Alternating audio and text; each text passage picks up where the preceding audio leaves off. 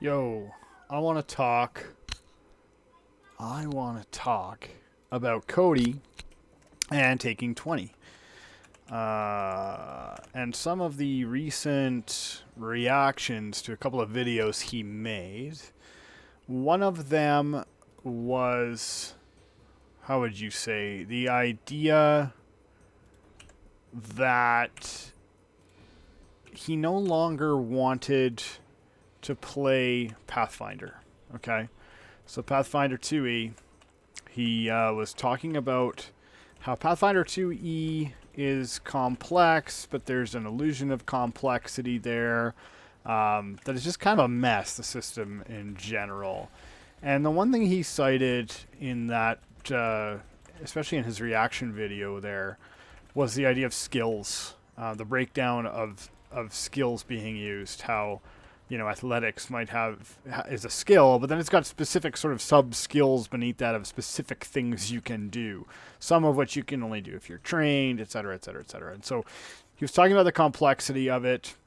He was talking about that compared to D&D, where D&D has less specific instances of rules, and of course, his opinion when he did a direct comparison video to Pathfinder and D&D was also that D&D in general is easier to navigate. The core rule books, the player's handbook, whatever, is easier to navigate than Pathfinder. Things are more well organized. The Pathfinder2e book is badly edited and quite big in its presentation. So first of all, I want to say I agree with everything Cody says here. And that's the end of the video. Thanks, guys. But no, I agree with what he says about the simplicity of D&D 5e compared to Pathfinder 2e. You can't tell me that that's not true by any stretch of it. And I think that the argument for Pathfinder 2e is actually against that anyways. It's, well, Pathfinder 2e is a better game because of complexity, because of player options, because of this and that. Well, okay. I mean, that depends on the kind of game you're running. And I don't even think that that's the argument at play here, because we're talking, of course, about the illusion of complexity, the illusion of choice that he talks about. And the last video of his, frankly, was painful to watch because of his frustration of people basically telling him that he's wrong, he doesn't know what he's talking about. He went through and painstakingly put out different scenarios and battle maps of the different options you could take, the different skills you could use in Pathfinder, and how there is an optimal path, in these games, essentially, an optimal set of moves you should do each turn. There's optimal feats you should take, and that you're going to be guided towards these naturally, right? So that the illusion of choice is not really true, because if you have any kind of real sense or thought as you are building your character, you're going to see very obvious choices as opposed to... So you're going to be naturally led to pick those. Why would you pick a feat, for example, that is not related at all to anything else your character is good at, unless you are planning at some point to go down that path, right? Like you're taking some feat from another class maybe, because you want your barbarian or whatever to maybe use magic. I don't know. The example's not important, but the point is, the answer is you wouldn't, generally speaking, unless you were purposely trying to create an inefficient character. I mean, and I do that sometimes, to be honest, and not to ruin games or be a shit disturber or anything, but just because I want a character to roleplay a certain way. So I will take certain feats or spells based exclusively on roleplaying. I wouldn't have any other reason to take them. There's no combat efficiency improvements at all. If anything, it's the opposite. And he does state there are clearly better options to take. There are preferred options while playing these games that are clearly better choices, and that you'd sort of be silly not to take. I don't see why people can say that Cody is wrong about this. It's absolutely true.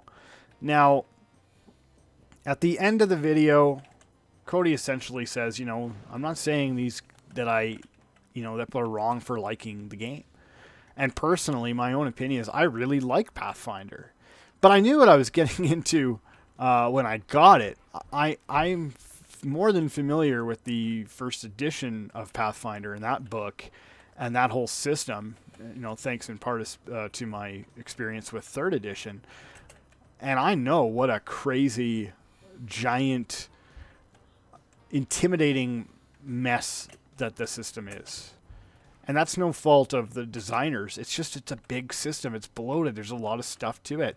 And it's very hard to properly lay out and organize a book that way. And I'm not trying to make excuses for Paizo not being able to trim down a couple hundred pages from their 650-page Backbreaker.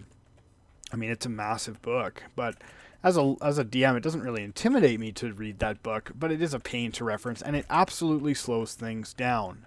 I mean, it's just going to slow the game down, period.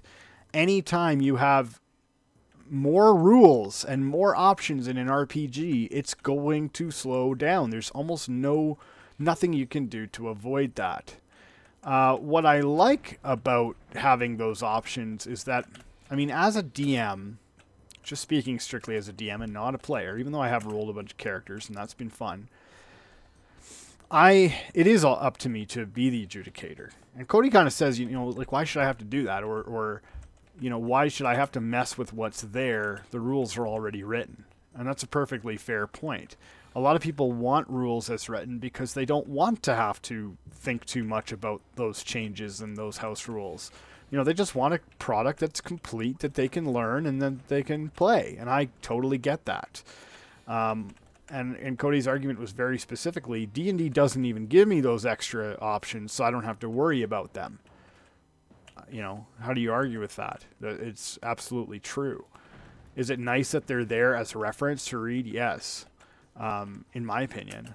But he's right. They don't need to be there. Skills could just be implied and, I want to lift a heavy object. Well, I roll an athletics check now. Do I need to have like a specific thing I can do within that skill in this? No. Do I need to have 50 conditions that can happen to my characters in combat? Probably not. Because what is the core of an RPG? What is the core of it? Like, if we compare Warhammer, right? Why is Warhammer so wordy? Why is it so deep? Why is there so many options? The answer is obvious. That is the game. That's the whole experience, is the combat. If you don't have the combat in Warhammer, you have nothing as far as gameplay goes. You still have a hobby there. But you're playing Warhammer to play a war game and to get invested in that and to have options and to, you understand that crunch is part of the game. It's inherent to the game.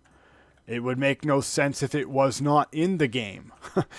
RPGs are different, though. RPGs, yes, they go back to war games. But the simplest, in the Arneson days, the simplest form of an RPG was very, very simple. There was not a lot to the rules, and there was a good reason for that. Because the entire core experience was role-playing. That's what the game is. It's a role-playing game. It is not a combat simulator. And if it is, it's a bad one. And most RPGs that are coming out are probably bad combat simulators. I know, that's a loaded statement. I know there's things like Harnmaster, games that are meant to be very, very simmy, if you want to put it that way. They're really trying to simulate this. So I get that. All right. What I'm trying to say is that you don't need that level of complexity to still have an enjoyable game. I don't know. I've watched a few of Cody's videos, mostly around Starfinder and Pathfinder and D&D, because those are the systems that I've been currently learning. So I don't know what his takes are on OSR, on the old school. Cody's last video sounded desperate to me. It was a man It was almost sad to watch in a way. It was like a man that was breaking down the hobby and maybe not realizing, I'm sure he already knew this because he's super, super adept at rules, but realizing that, like, this is just kind of like a mess, you know? No offense to the amazing teams of designers that put hours and hours into balance and getting these things right.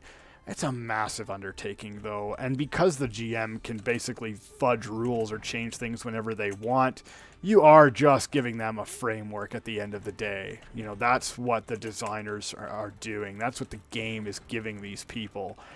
It's a skeleton, and it's sure got a lot more meat on it than a skeleton, but it's essentially a skeleton of an idea that allows them to create a game of their own making, because every DM's game is going to be different from the last. You're going to play, you know, every DM is going to run things differently and what have you, you know. So, man, I don't know why people are so resistant to this idea that, like, Pathfinder is a giant convoluted nightmare, because it is. And I'm not saying that's bad, but it is. Like, I don't know how you can argue about that or tell me that, yeah, it's really simple to flip to 45 different sections in this rule book and find the information I need. I mean, come on, guys. Let's not, like, joke. Let's not kid ourselves here. There's a reason that people spend all day in Discords discussing rule variances and, you know, optimal combat scenarios and how they should build their character and all this stuff. There's a reason for that. The system is intentionally big and bloated because there was a group of people that really loved 3rd edition. For that reason, they really love the complexity of it, even if it is a so-called illusion, right? Even if that choice is an illusion, that's what they enjoyed, and so they wanted to keep playing the same game. And then 2nd edition, of course, is just an evolution on 1st edition. If you're a 1st edition diehard, it's a devolution to you. But whatever. I'm not here to argue that one way or another. I'm just saying Pathfinder, Paizo has made a new game, but they didn't want to. They wanted to embrace some of the things that made D&D 5e modern and popular, while still preserving what they had, which is a behemoth of a game, packed with rules, packed with options. Very well play tested and balanced as much as possible, at least, to provide an experience where you can choose, you can build a character the way you want, but that you're never going to have, you're given the very obvious choices to make to not have a terrible character. That was all intentional, you know? It was never not intentional, so I don't see the problem in literally pointing that out. As for me, if I had to choose between D&D 5e, the answer is, well, I don't have to choose between 5e, 5e and Pathfinder. I don't have to choose. And neither do you. You know, you can play both. You can run both. I run many different games, and I'm open to playing just about anything, as long as it's not really stupid, you know.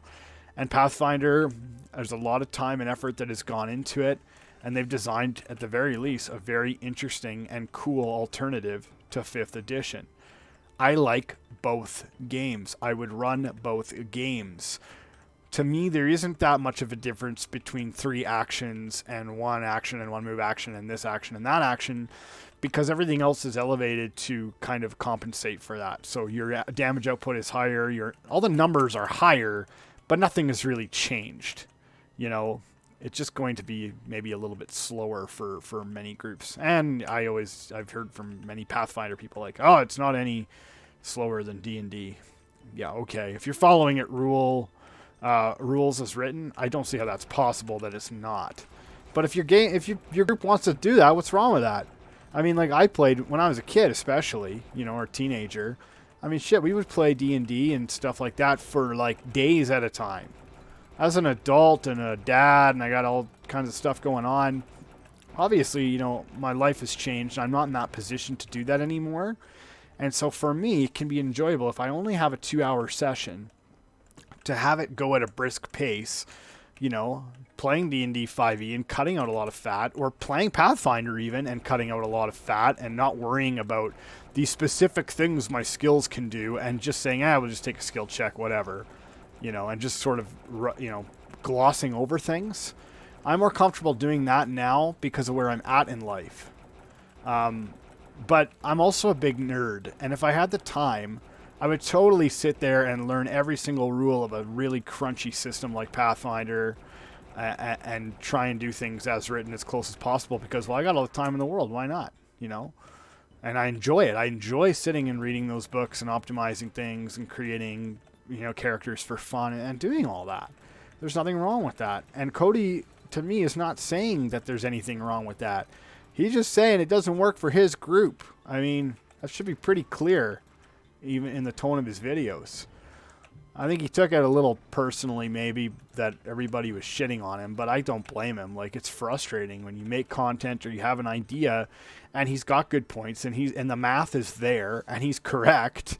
And for people to just say you're wrong because I don't like what you have to say, yeah, it's frustrating, Sorry, but it can be. I get it. And as a guy that, that's his whole, I don't know if that's his career or what it is, but he spends a lot of time doing that. And then to just be kind of dumped on, I get it, man. I get why you're frustrated. I also think that, Cody, if you're listening to this shit and if you're watching this, which I doubt, I would highly recommend, man, that you check out some of the OSE or, OSE, Old School Essentials, but OSR stuff, whether it's Old School Essentials or Swords and Wizardry, and maybe you have, and maybe it's not your thing. I think that you could have a really fun time with that. You're obviously a super competent, knowledgeable DM. It'd be the easiest system you've ever picked up and played, and I'm sure if you've been playing D&D, you've at least had some exposure to how it works and all that anyways. Those are great alternative systems that can make your game even more fluid and even more reliant on adjudication and things like that, which you're going to end up doing anyways so much of the time. Obviously, Cody doesn't need to do that. He understands the rules of these systems very well, as evidenced in his last video. I was shocked by the math that was going on, and maybe I'm just an idiot, but I can't imagine having to get that in depth into the class balance issues and things like that. I'm not a play tester. I just play the games, and I try to have fun with them. And frankly, I cut them to pieces, to itty-bitty pieces as much as possible because I want to have my own unique experience and feel to my game. And I just don't feel that I've never been a rules as written guy. We always just home brewed stuff. It's just the way that I grew up with the game.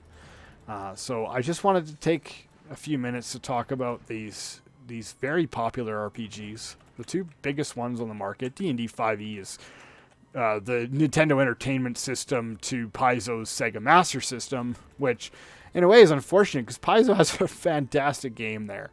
And I do like the way it feels, despite the fact that it is slower and I'm doing a lot more arithmetic than I feel I have to do in 5e most of the time. But, this isn't a critique of either. This is a defense of a guy who has decided that a game that he's been playing, he's found problems with it. He's found holes in the system that he's not fond of. And now he's considering moving to something else. Or, advocating maybe for something else. There's nothing wrong with that. I get it. I swing back and forth over the years. I was a Dungeon Crawl Classics advocate for a whole year when I was playing that. I finally got kind of sick of the magic system being so convoluted and that I always have to flip through and check out different spell effects every single time a caster does something. That kind of irritated me a little bit. Even though the tables are definitely awesome and cool, I don't love having to constantly flip and refer to tables. I do find it slows things down, and I would rather not do that. So, right now I'm into D&D 5e, I'm into Pathfinder, I've been into Mork Borg, and I'll probably be into OSE soon as well once the actual physical book arrives, and we'll have games going on there. So, Cody, I enjoyed your videos, and I enjoyed your critiques of Pathfinder. I don't think that you are wrong about it. But I would also say, try not to let the haters get to you, If you don't need to prove to the world that you're right about what you're right about, you know, as long as you're satisfied with your conclusions. So if you feel like you have to, don't worry. Who cares what a bunch of nerds think, right? Anyway, that's my opinion for what it's worth. Go out there, find the game you like, play it, and have fun. Thanks for listening.